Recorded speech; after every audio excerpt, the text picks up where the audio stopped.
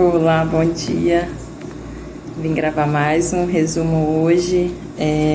Vim falar para vocês que eu pulei o capítulo 2, porque o capítulo 2 ele é mais uma autoavaliação. E aí eu vou deixar para fazer depois do capítulo 3, porque o capítulo 3 ele é bem grande e ele vai fazer uma introdução aqui para nós, que o Paulo Vieira vem falar sobre a consciência.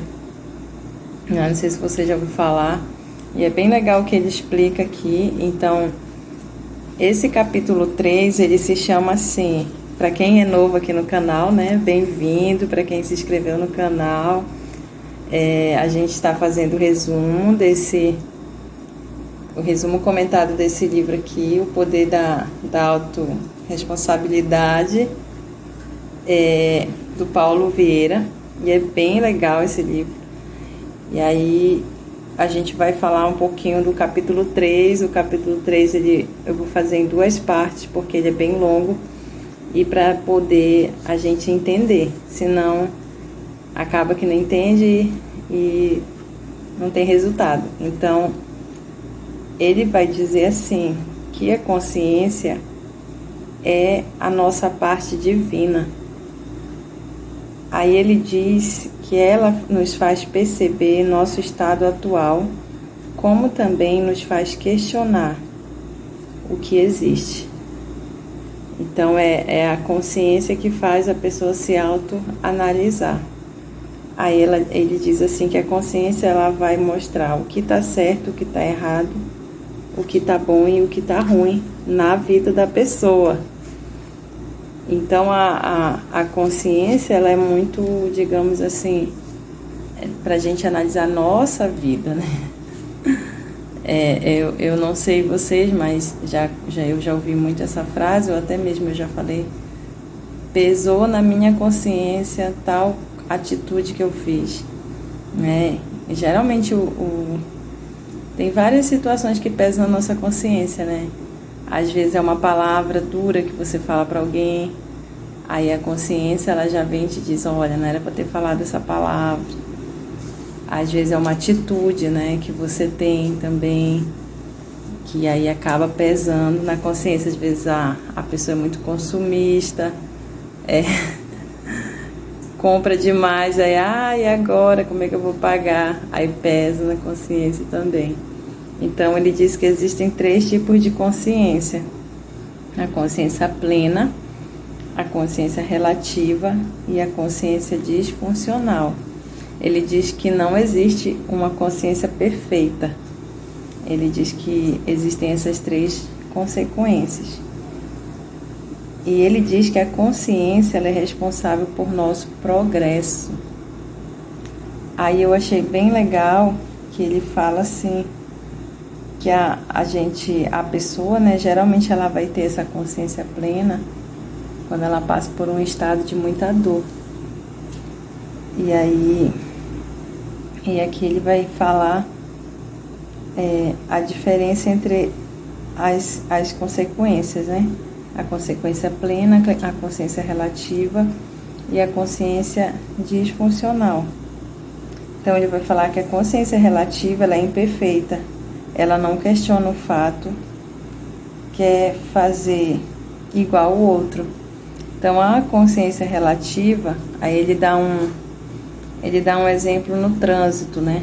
Uma pessoa que ela é calma no trabalho, ela é amável, pacífica na família dela. Aí no trânsito acontece que a pessoa bateu no carro dela, aí essa pessoa se transforma. Aí ele diz que ela se transforma, ela vai lá com uma pessoa do outro carro, fala um monte de coisa para aquela pessoa, quer discutir. Aí ele diz que é a consciência relativa, ou seja, aconteceu uma situação com aquela pessoa, ela não gostou e ela quis pagar na mesma moeda. Ela foi ali, ela não conseguiu entender ou supor a causa que o outro carro bateu nela. Ela simplesmente quis ir lá dar o troco. Aí ele fala que é a consciência relativa. Aí ele diz assim, a consciência relativa, às vezes a pessoa acerta com suas escolhas e às vezes não, e prejudica a sua realidade.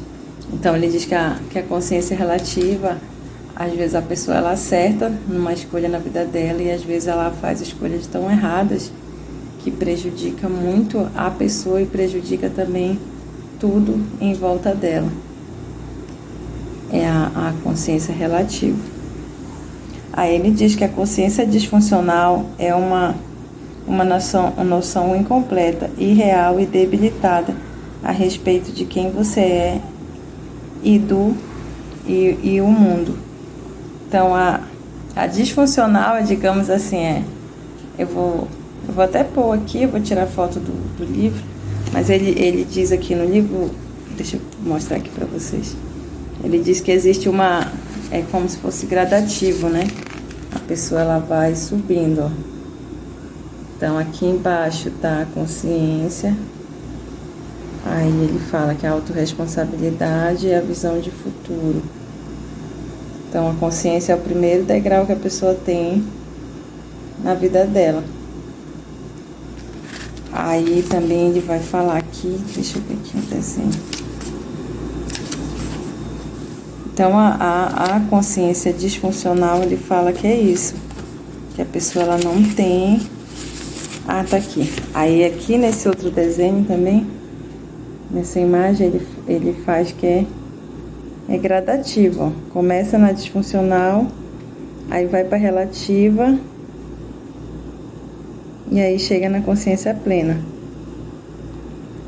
que é, digamos assim, o último estágio, né, que a pessoa ela foi percorrendo. Aí ele fala que tem muito a ver também com estímulos que a pessoa ela vai receber no decorrer da vida dela. Aí ele diz aqui, ó, vamos ver um pouquinho da disfuncional. Na consciência disfuncional não existe filtro, portanto, os estímulos sempre irão resultar em um comportamento disfuncional e prejudicial. Já a consciência relativa possui um filtro simples que pode atuar como filtro intelectual, emocional ou de amor, peneirando parcialmente os estímulos ruins. Por fim, temos a consciência plena, que é a que retém bem mais estímulos negativos. Então, a plena, ela vai ter filtros. O que são esses filtros?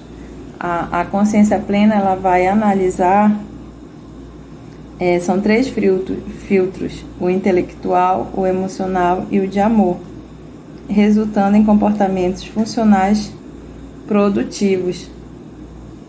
Ou seja, a pessoa ali que tem essa consciência, esses 3 filtros, ela vai conseguir, ela não vai absorver tanto a situação negativa. Ela vai conseguir filtrar, ela não vai deixar aquilo ali atingir ela. E aí são esses filtros, intelectual, emocional e o de amor. E ele diz que uma pessoa que ela tem essa consciência, uma das influências que fez com que essa pessoa tivesse essa consciência assim, é ela ter recebido amor na infância. Então, ela ter recebido muito amor na infância faz com que ela tenha mais facilidade de ter esses 3 filtros, no intelectual, no emocional e do amor. Aí ele fala aqui, ó, amor durante a infância influencia no estado da consciência. Então,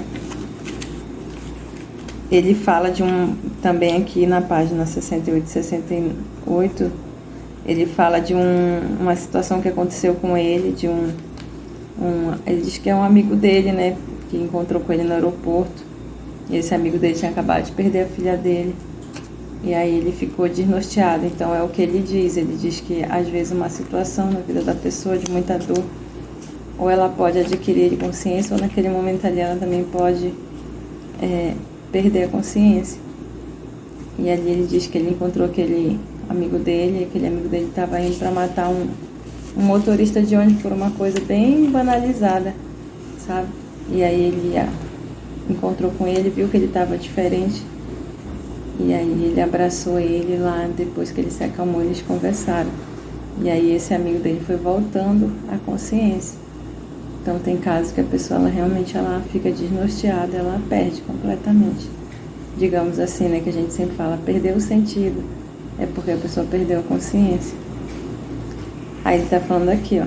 Podemos medir a debilidade emocional de uma pessoa pela dificuldade de olhar para si e para o mundo e de ter consciência plena da própria vida. Quanto menor esta capacidade, maior a debilidade e menor a inteligência emocional.